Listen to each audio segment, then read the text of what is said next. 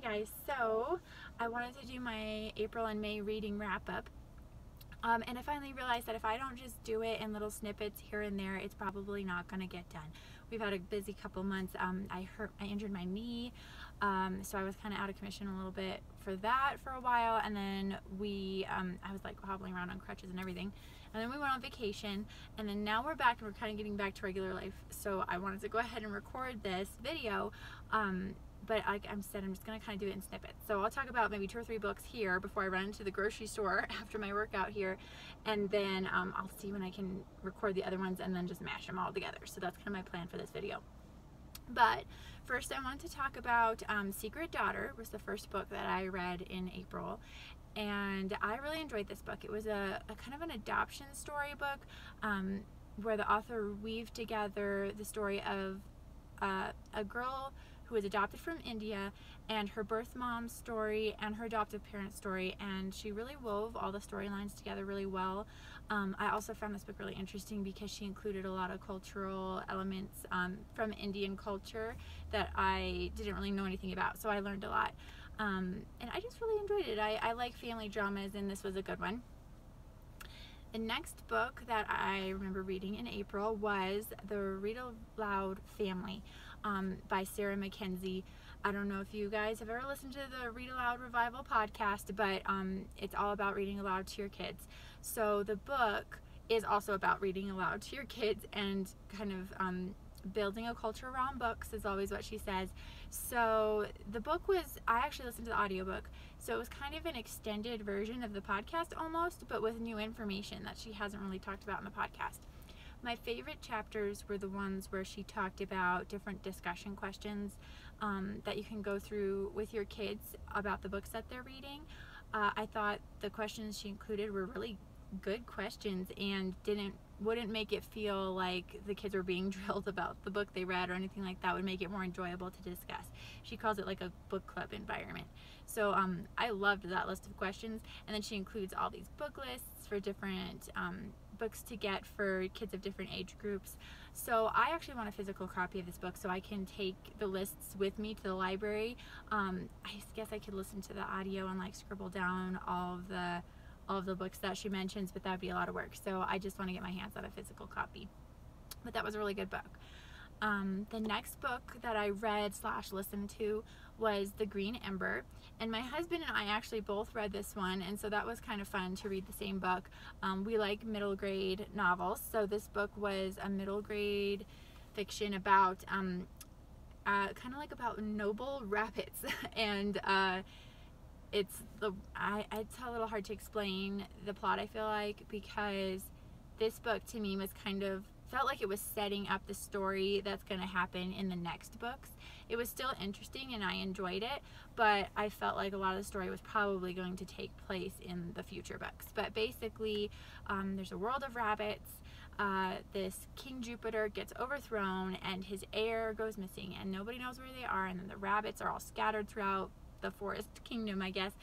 And then one day, little rabbit family is attacked. The siblings are forced out into the wide world and find this rabbit colony sort of thing, and they find out some information about King Jupiter's heir. So like I said, that was kind of the whole book. It was kind of setting up the story for future books, I think. I will definitely listen to the next one. I thought it was good and it was fun, and they had a lot of I think my son is gonna like this one when he gets bigger, because they had a lot of action scenes and things like that, but with rabbits and woodland creatures. So I just thought it was fun. So I'm gonna definitely probably read the next one of that. And I was gonna give myself like 5 minutes, so I probably better quit here, especially because I need to check Goodreads to see what the next book is. So I will be back with another snippet on the next few books that I read in April and May. Alright, see you soon. Okay, I'm back. I've got a really cranky baby here.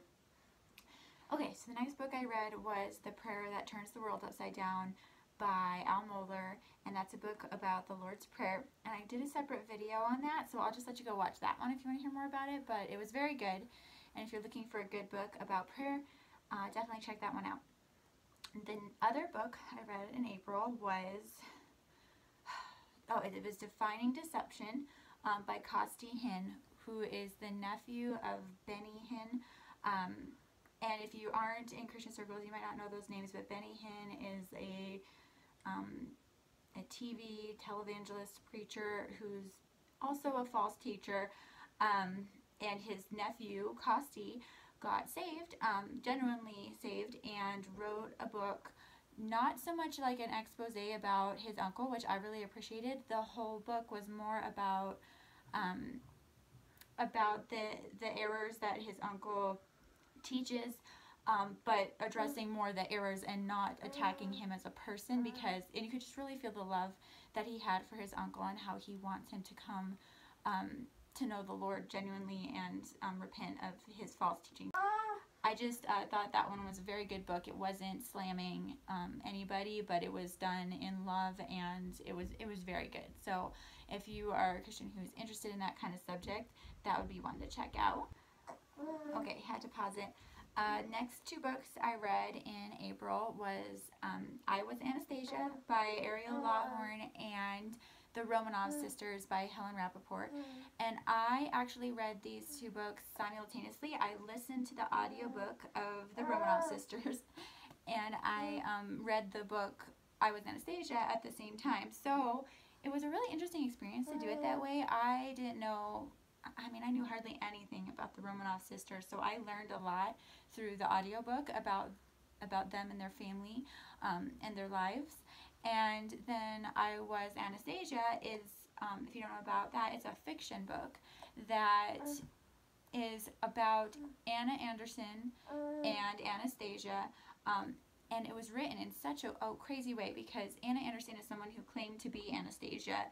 I don't know what time frame, but probably in the 1960s, 70s, something like that. She claimed to be Anastasia. So the book follows Anna Anderson, but it tells her story backward, and then goes back to Anastasia's story and tells it forward. And so each chapter is alternating between the two, but one story is going forward and one story is going backwards. So that was really interesting. I've never read a book that was like that, and I was honestly confused and a little disoriented through the whole book, but I think that's kind of what Lawhon was going for. So that was really interesting to me, and I didn't really know anything about Anna Anderson. So if you go into this book not knowing about Anna Anderson either, I would just say don't Google, because it'll kind of ruin the ending for you. But I thought it was a really interesting experience to read those two books at the same time and listen to one on audio and read the other one. It just filled in a lot of the gaps that I wouldn't have got the information if I had just been reading just one of those. So definitely check those out. That was a really fun pairing. I got that pairing from Anne Vogel's blog, and it was a good one. Okay, now we're moving into May books. So one of the books I read in May was How to Be a Perfect Christian by the Babylon Bee. And if you don't know about the Babylon Bee, they are a Christian satirical website with articles that are satire, and they wrote a book. So I got this book from the publisher as kind of a thank you welcome gift for joining their launch team, and I got it in the mail, and I took it and I read it in one afternoon. I really enjoyed this book. I felt like it was very even opportunity, like every Christian subculture was poked at in this book. If you don't like satire, you probably won't enjoy it, but I thought it was funny. I enjoyed it. I also thought they did a great job of somehow presenting the gospel at the end of the book while still staying true to the satirical form. And I thought that was done really well, and I just really appreciated and enjoyed this book. So if you're a Christian, I would definitely check that one out because it's worth a read if you can handle satire anyway. The next book I read in May was one I started while I was on vacation, and that was Cricket House by Agatha Christie. I have read a lot of Agatha Christie books, and I don't know how she always surprises me with the end of her books, but she always seems to. Cricket House is a book that she personally considered one of her best books, and also a book that people say is a little bit darker than some of her other books, and I would agree with that. I did not see the ending of this one coming. I was slightly disturbed by it. One thing I appreciate about Agatha Christie is just her view of human nature and her insights into human nature, and just how accurately she views human nature. And she knows that, just through her book, she knows that humans aren't basically good and we can do horrible things, and that really came out to me in this book. So I don't know, it was a little bit disturbing, but it was definitely good. Okay, the next book I read was Before We Were Yours by Lisa Wingate, and I waited a long time for this to come in at my library, so when it came in I had to read it quick, but that wasn't hard because I could hardly put it down. The premise of this book is surrounding a group of orphanages about 100 years ago, and the lady who was running these orphanages was basically stealing children from poorer families and lying and saying they were orphans in order to like adopt them out to rich families at exorbitant prices, and she was making a profit, and it was really, really sad, and the kids were treated horribly, and nobody really knew about this until later.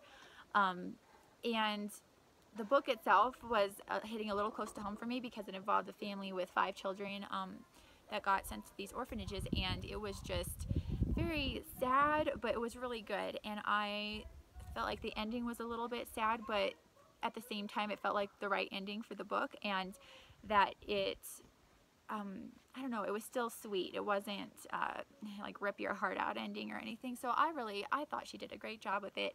I'll definitely read more by her, and if you haven't read anything by her, you might start with this book if you can handle some of those tougher themes. But it was really good, and I really appreciated it. And I think that might be all I read in May, which it seems like a really pathetic reading month. Hopefully, I do think I started quite a few books in May, so hopefully there will be a few more in June that I can talk about in a couple weeks here, because I'm trying really hard to finish a bunch of my books in June. But I will talk to you guys in a couple weeks when I get that June video filmed. So hope you're having a good summer. If you read any of these books, I'd like to hear what you thought about them. So comment below and tell me what you think. So I'll talk to you guys later. Bye. Okay, wait, I knew there was one more book that I read in May. So I listened to the audio of Force of Nature by Jane Harper, and she also wrote The Dry, which was popular a couple years ago. And I really enjoyed this book. I probably should have read The Dry first, since it's the first book in the series technically, but my library had Force of Nature first, so I just went ahead and listened to that one, and it was really good. You know, there was some bad language and a couple other things in it that I didn't love, but the story itself was good, and what I really appreciated about this book was the main character, Detective, because I feel like a lot of times in detective books, I don't know why, but I feel like authors sometimes try to make their detectives a little bit morally questionable. But in this book, he was definitely the good guy, and I really appreciated that. I like my main characters to be the good guy. I don't like characters that you can't like.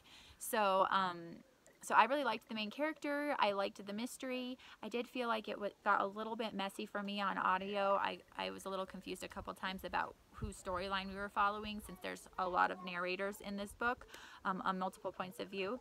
But overall, it was a really good book, and I really enjoyed it. And I'm definitely probably going to read her other book too at some point soon, hopefully. But anyway, so that's what I read in May. 4 books, which isn't quite as pathetic as 3. So I will be back in a couple weeks with my June books, and I will talk to y'all then. Okay, bye.